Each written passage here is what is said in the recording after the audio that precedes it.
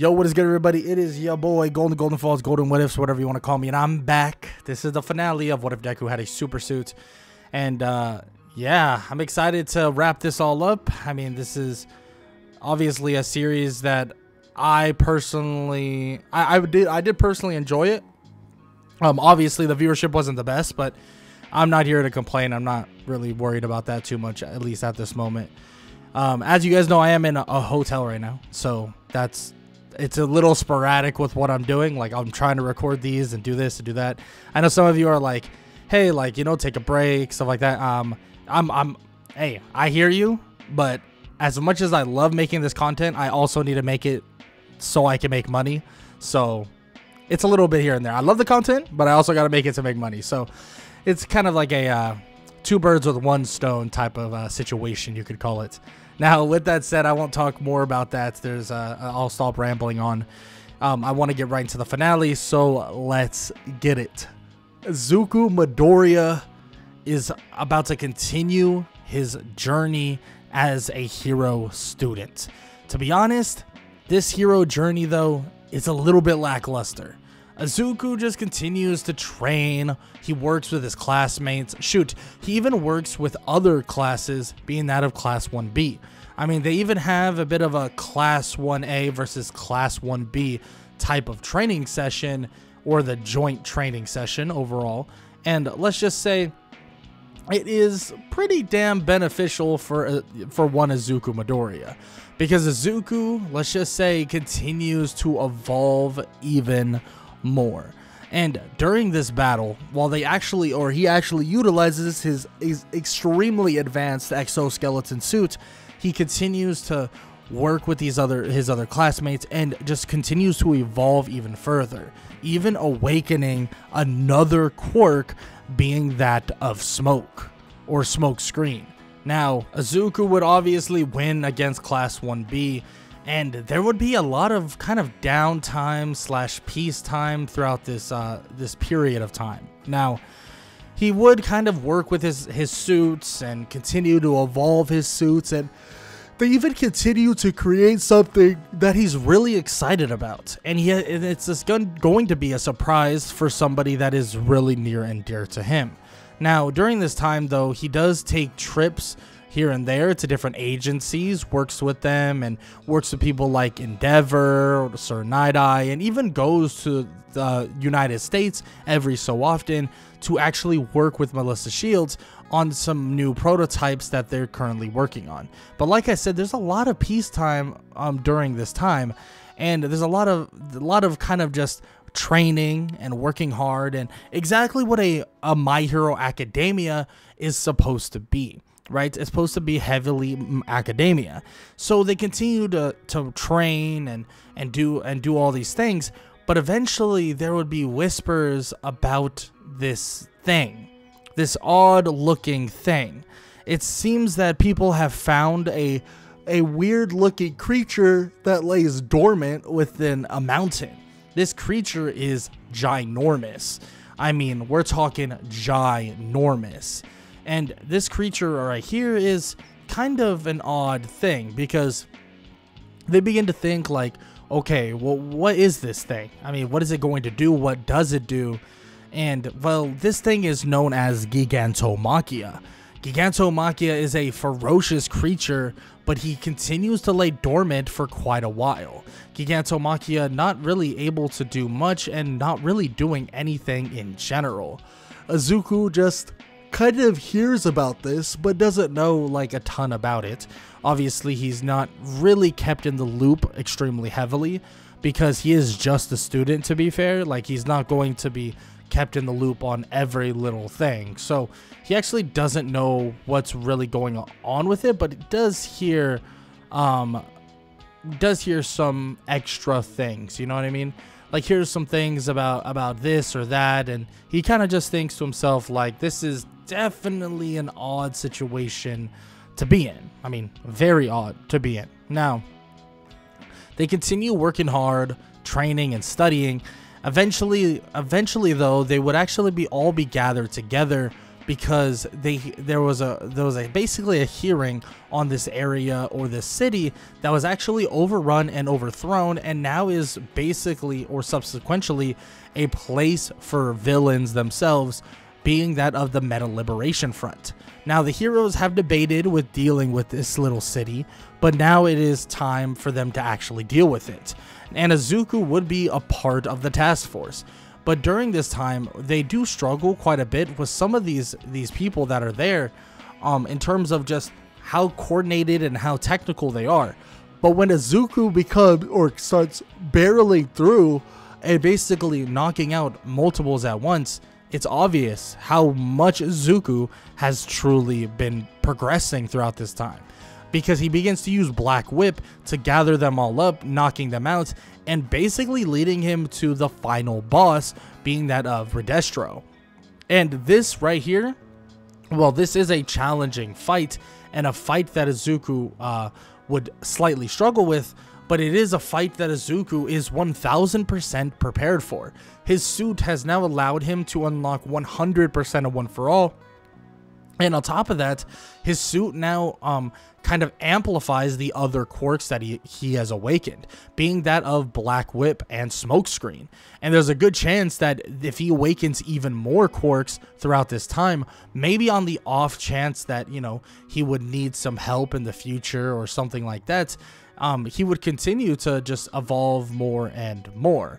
Now, during this time though, and after they were defeating Redestro, it seemed as if there was a final idea that the villains had themselves, waiting for the opening, waiting for an opportunity.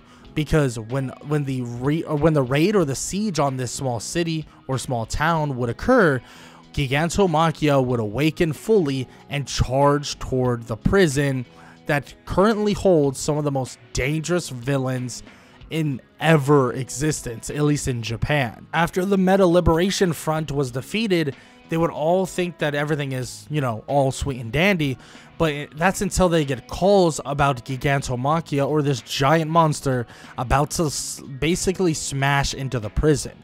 As he smashes into the prison though, villains would come pouring out, and Izuku would look to basically try and help as many people as possible. But on top of this, during this time, Izuku would see tons of these high-end Nomus that would begin to barrel out as well. Izuku would begin to take on these high-end Nomus, smashing them and destroying a lot of them very, very quickly. But these are very, very comparable beings. Very comparable beings. And as they look toward the side, they see that All For One and also Shigaraki and some of the stronger villains that they faced, people like Muscular, who is very powerful in his own right, is now standing there ready for another round of fighting against the heroes. The heroes would try and clash with All For One and also Shigaraki and many others, but obviously a lot of the other heroes don't stand much of a chance. So it's all on Izuku Midoriya. It is all on Izuku. Izuku goes to fight All For One and Shigaraki, and he begins to hold them off. But he can't find a perfect opening to just end the battle then and there. It seems like, not that he's struggling, but he's definitely needing a little bit of assistance. And as he thinks about this, an explosion would come barreling in from Katsuki Bakugo, and then Aizawa would come in as well, activating his quirk, basically eliminating the factor of Shigaraki entirely. A 1v1 versus All For One would begin once again, and it seems as if there was some corrupt people within that prison, because All For One actually has a good bit more power than you could possibly imagine. It seems like he's been gaining power, or at least siphoning power to a certain extent, maybe somehow getting more quirks through Nomus or something like that, and it seems as if he is even more prepared than normal for this fight. But Izuku makes it very known that this fight right here is one that will end the reign of All For One as one of the biggest villains ever. Izuku lands a kick flush to his face as an onslaught of punches and kicks would go All For One's way. But of course, there would be more Nomus, high-end Nomus, that would charge toward Izuku, trying to stop him, landing blows on Izuku, but Izuku's able to parry and fight back. It seems like like All For One continues to swarm Izuku with abilities or quirks, and also on top of that continues to swarm Izuku with high-end Nomus. Izuku begins to be on the back foot, but as he is on this back foot, he could sense something from behind him about to punch him in the head. As he does, he dodges and lands a clean blow, knocking one of the people out. Now, during this time, he has a realization that he has gained another quirk, being that of danger sense. It hurts when when he's forced to react to certain things, but it's basically keeping him on his toes and telling him exactly where danger is coming from. Izuku continues to barrel forward, defeating Nomu after Nomu, eventually reaching toward All For One. All For One would send tendrils toward Izuku, scraping and actually hitting one of Izuku's legs. Izuku would stumble a little bit and dodge as much as possible to basically stop All For One. As this is occurring, he would put up smoke screen. It would cover the entirety of the area, and All For One would be unable to see now. Izuku would be hiding within the smoke, and All For One would throw random punches and tendrils at things that he thinks are actually Izuku. First, he hits a Nomu, then he hits a giant pile of rocks, and then he shoots another one, and he hits something. As he hits something, he thinks that he's hit Izuku Midoriya, ending the life of Deku, but as the smoke would clear, well, it's not Deku, and it's not some random arbitrary person. Well, the person standing right there is the one that helped defeat him not too long ago, All Might. But All Might is standing there with armor on him, armor that makes him look like he's in his prime. And All Might stands there and says, "I am here."